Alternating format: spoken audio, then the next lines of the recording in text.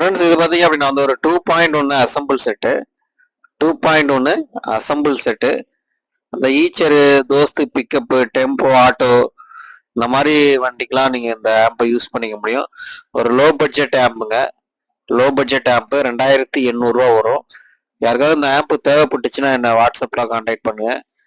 கால் பண்ணாதீங்க, வாட்ஸ்அப்லேயே கான்டாக்ட் பண்ணுங்க. அசம்பிள் செட்டுங்க, நல்லா குவாலிட்டியாக இருக்கும். 4440 ஐசி போட்டது தான்.